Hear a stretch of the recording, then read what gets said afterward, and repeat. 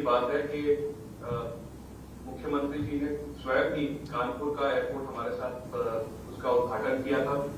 गोरखपुर का जब सबसे पहले फ्लाइट्स लॉन्च हुई थी वो भी स्पाइसजेट ने की थी, वो भी मुख्यमंत्री जी ने आके हम सबका बहुत ही एंथुसियाज्म बढ़ाया था। और कुशीनगर का जो एयरपोर्ट है वो तो स्वयं प्रधानमंत्री जी ने ही उसका उद्घाटन किया था।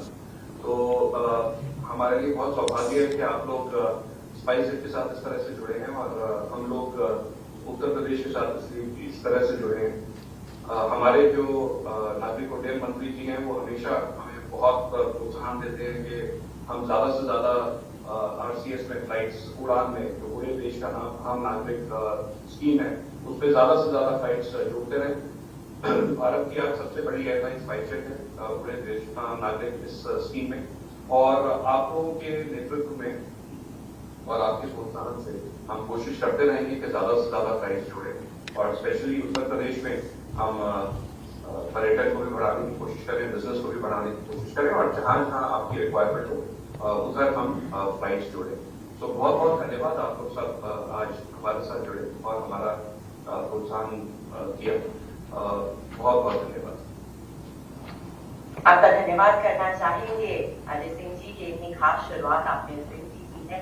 और अब मैं अनुरोध करना चाहूंगी श्रीमान Indrapal Singh ji, honourable member of legislative assembly विप्राइज गोरखपुर से, कि वह आज हमारे सभी मेहमानों से कुछ खास बातें करें।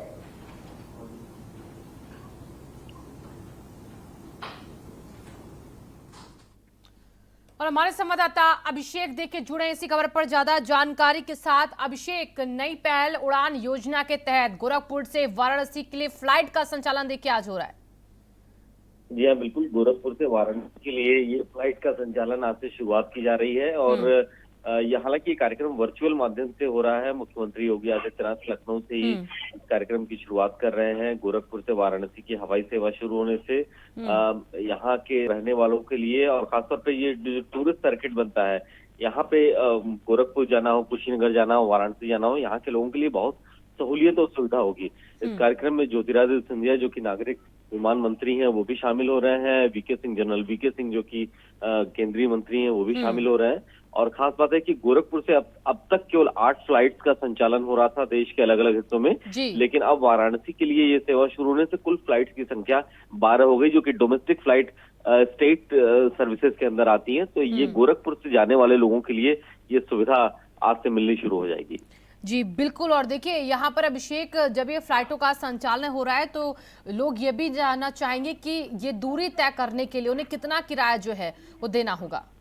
देखिए, अभी कुछ दिन पहले ही उत्तर प्रदेश सरकार ने अपनी उड्डयन नीति बनाई थी। उसमें डोमेस्टिक सर्विसेज को, डोमेस्टिक एयर सर्विसेज को बढ़ावा देने के लिए उड़ान नाम की योजना शुरू की थी। उसमें जो 1 घंटे से कम की दूरी के जो एयर ट्रेवल है उसमें जो किराया है वो 1250 रुपए फिक्स किया गया था, प्लस टैक्सेस अलग से थे।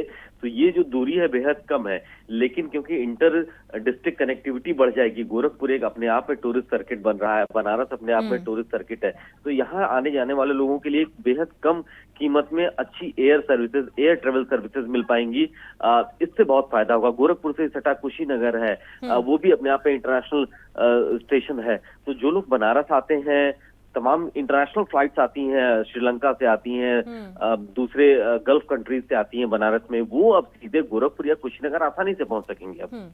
बिल्कुल अभिषेक। और यहाँ पर देखिए, पूर्वांचल को एक बड़ा तोहफा भी कहा जा रहा है कि सीएम योगी ने शुभारंभ करा, जिससे पूर्वांचल को एक बड़ा तोहफा दिया है। और इसके आगे भी देखिए क्या अभिषेक, इन उड़ानों की संख्याओं को और बढ़ाया जा सकता है? जी हाँ, बिल्कुल। देखिए, अब तक 8 उड़ानें हो रही थी गोरखपुर से, उनको बढ़ा करके 12 कर दिया गया है। बनारस 20 में अब शामिल हो गया है। तो इससे छोटी दूरी के लोगों के लिए जो ट्रेवल करना आसान होगा। अभी तक अगर आपको गोरखपुर से बनारस जाना हो तो कम से कम आपको 4 से 5 घंटे लगते थे, लेकिन महज अब ये 1 घंटे में ये दूरी सिमट के रह जाएगी। तो इससे बहुत फायदा होगा। और कम से कम उत्तर प्रदेश में 5 इंटरनेशनल एयरपोर्ट हैं। इसके अलावा जो छोटे छोटे स्टेशन बनाए गए हैं जहां पर उड़ानें संचालित हो रही हैं, उसका भी लाभ उत्तर प्रदेश के लोगों को मिल रहा है। जी बिल्कुल अभिषेक। और देखिए, ये जो दूरी थी पहले सड़क मार्ग से लोग तय करते थे, उसमें आपने बताया कि 4 से 5 घंटे या 3 से 4 घंटे लगते थे, लेकिन ये जो दूरी है इसका डिस्टेंस कितना है जिसे 40 से 45 मिनट में कहा जा रहा है कि पूरा कर लिया जाएगा? देखिए, गोरखपुर से वाराणसी मान के चलिए तकरीबन 200 किलोमीटर की यात्रा होती है। तमाम तरीके के प्रोजेक्ट चल रहे हैं, बीच में कई इंफ्रास्ट्रक्चर वर्क चल रहे हैं, तो ये दूरी बढ़ भी जाती है। हालांकि गोरखपुर लिंक एक्सप्रेसवे का भी काम चल रहा है, उसके बनने से पूर्वांचल एक्सप्रेसवे उससे कनेक्ट होगा और दूरी और कम हो जाएगी, स्पीड बढ़ जाएगी हमारी। लेकिन हवाई उड़ानों का भी संचालन जिस तरीके से उत्तर प्रदेश में छोटी हवाई उड़ानों का संचालन शुरू हुआ है उड़ान परियोजना के तहत, उसका बड़ा लाभ मिल रहा है उत्तर प्रदेश के लोगों को। आप छोटे स्टेशन को अगर देख लीजिए, गोरखपुर हो गया, कुशीनगर में भी चल रहा है, ये इंटरनेशनल स्टेशन है, बरेली उसमें शामिल है, प्रयागराज अब अमरोली स्टेशन, हालांकि इंटरनेशनल स्टेशन नहीं है लेकिन वहां से भी उड़ानें जा रही हैं, वो लोगों को बहुत फायदा दे रहा है। कानपुर है, इसके अलावा गाजियाबाद है। तो छोटे छोटे स्टेशन पे अगर हवाई उड़ानें, इंटर कनेक्टिविटी बढ़ रही है तो यहाँ के लोगों के लिए बहुत फायदा की चीज है।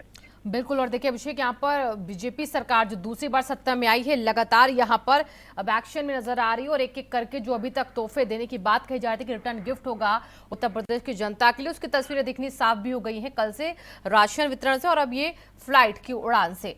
लेकिन अभिषेक, जरा ये बताइए, इस फ्लाइट उड़ान को जो शुरू किया जा रहा है आज से, इसको लेकर राज्य सरकार के ऊपर कितना वहन, कितना खर्च? देखिए, ये परियोजना पहले से चल रही है, उड़ानों की संख्या को रेगुलेट किया गया है। गोरखपुर से वाराणसी के लिए अभी तक कोई उड़ान नहीं थी और ये भी समझने वाली बात है कि गोरखपुर और वाराणसी दोनों ही अंतर्राष्ट्रीय हवाई अड्डे के रूप में अब धीरे धीरे डेवलप हो रहा है। बनारस में तो चलिए, बहुत बहुत शुक्रिया अभिषेक तमाम जानकारियों के लिए आपका। फिलहाल तो मुख्यमंत्री योगी आदित्यनाथ ने कैबिनेट बैठक के बाद शासन के वरिष्ठ अधिकारियों